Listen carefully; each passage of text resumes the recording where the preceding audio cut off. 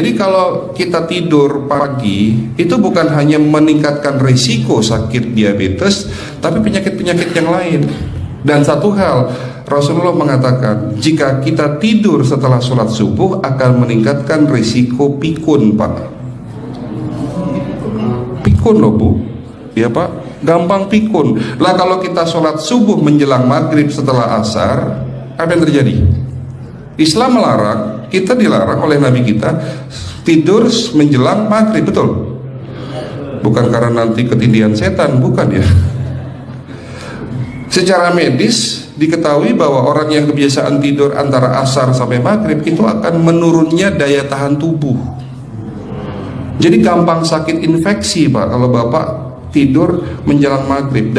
Kalau sekali lagi setelah sholat subuh gampang pikun, aliran darah ke otak itu tersumbat, ya, jadi stroke penyakitnya. Tapi kalau tidur setelah asar sebelum maghrib, itu daya tahan tubuh kita akan menurun. Jadi gitu ya jawabannya, Bu. Justru ini yang paling penting, materi terakhir ini 6 langkah praktis. Ya, Bapak bisa lakukan di rumah mulai hari ini. Langkah pertama, mulai hari ini jangan makan malam, Pak.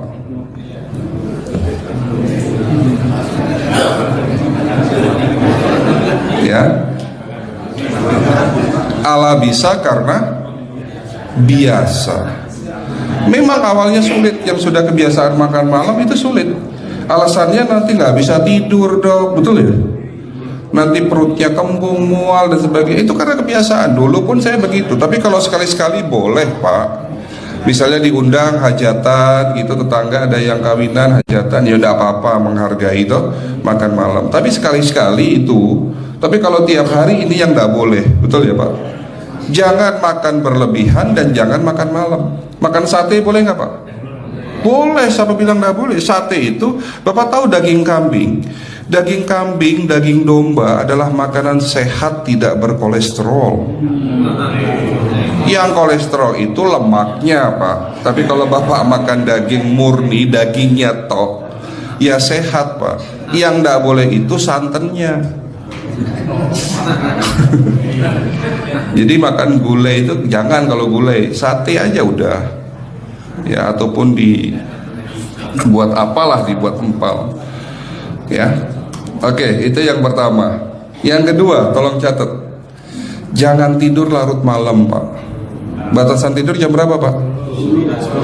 Jam 11 paling telat.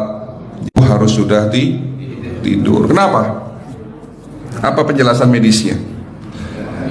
Orang yang tidur di atas jam 11 akan terganggu fungsi livernya, Pak. Dimana liver kita ini fungsinya banyak. Ya, ada 500 fungsi liver loh, Pak. Fungsi jantung ada berapa, Pak? Fungsi jantung 1. Fungsi jantung tugasnya untuk mompa darah. Fungsi ginjal ada berapa? 2. Absorpsi dan filtrasi. Fungsi liver 500 fungsi. Jadi organ yang paling berat dalam tubuh kita kerjanya adalah liver. Liver akan rusak manakala kalau kita tidur di atas jam 11 malam. Berarti 500 fungsi liver bisa rusak, Pak. Ini salah satu penyebab diabetes. Bukan hanya kerusakan pankreas, tapi rusaknya liver bisa jadi penyakit diabetes, Pak. Jadi kalau sakit diabetes itu yang terganggu itu sebetulnya bukan hanya pankreasnya, livernya pun rusak, ususnya pun rusak. Makanya dalam pengobatan diabetes di klinik kami itu bukan hanya ngobatin pankreas, tapi 3 organ penting ini saya obati: usus, liver, dan pankreas. Kebanyakan kenapa? Kalau dalam pengobatan tradisional mereka tahunya diabetes itu hanya pankreas, ya kan?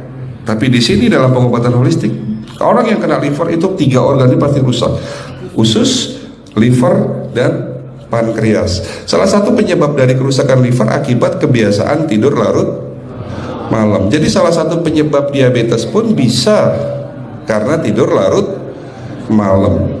Ya, batasan tidur jam berapa? Sekali lagi, jam 11 harus sudah tidur pulas. Jadi jam 10, setengah 11 paling lambat kita harus tidur pulas.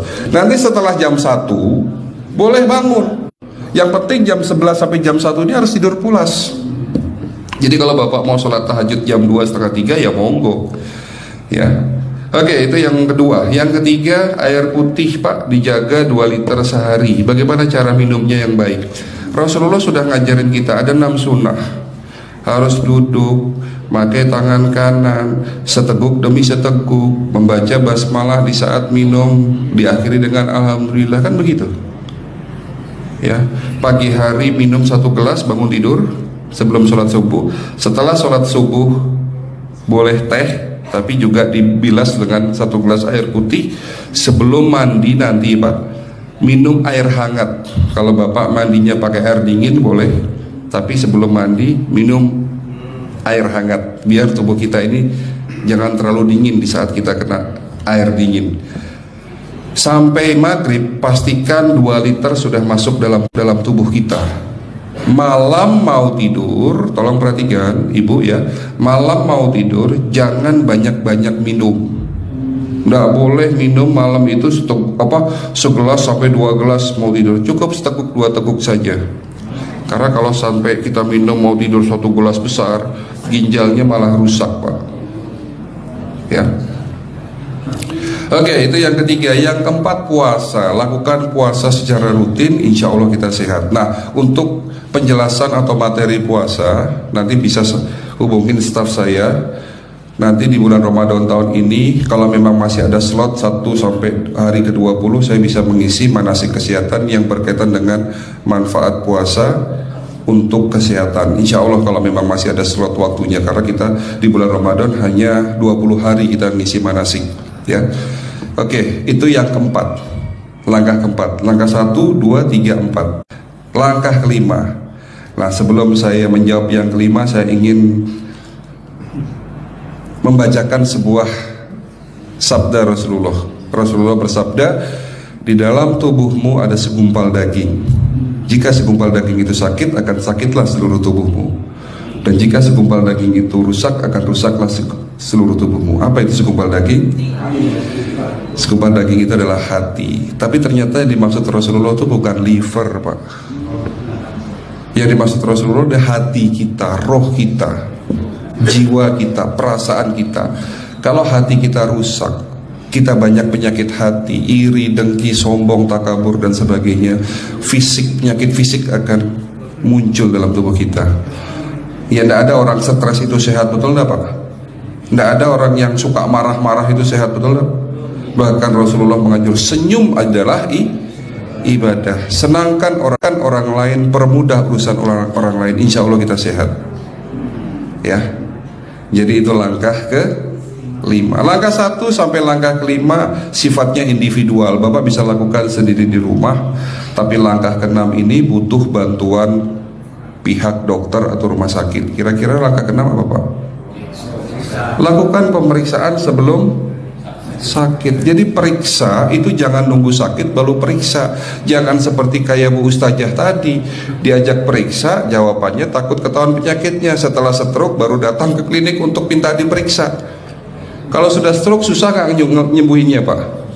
Kata kayak beliau nih, sudah 2 tahun tidak sembuh-sembuh karena sudah terlanjur stroke. Tapi kalau beliau melakukan general check up, mohon maaf ya Pak, kalau beliau melakukan general check up rutin, insya Allah tidak akan kena stroke, karena sebelum stroke sudah diobati dulu. Karena stroke ini bisa kita lihat dalam scanning dengan alat yang saya punya, insya Allah kelihatan ini. Oh ini sudah mulai ada tanda-tanda mau penyumbatan, buru-buru diobati. Memang takut Pak, tapi pesan saya jangan takut. Ya, lakukan pemeriksaan supaya kita tahu, supaya kita kenal. Gitu ya Pak. Jadi kira-kira di jemaah ini ada enggak yang mau saya ajak periksa kita semua? Pesan terakhir dari saya, lakukan pemeriksaan sebelum terlambat. Ini pesan saya dan pesan seluruh dokter di dunia sebetulnya. Lakukan pemeriksaan sebelum terlambat. Ya, karena dengan kita melakukan pemeriksaan kita akan kenal tubuh kita. Kalau sudah kenal kita akan sayang sama tubuh kita. Betul Pak? Ada pepatah mengatakan tidak kenal tidak sayang. Cukup sekian dari saya. Mohon maaf kalau penyampaian kami kurang baik. Akhirul kalam, wabillahi taufiq wal hidayah. Wassalamualaikum warahmatullahi wabarakatuh.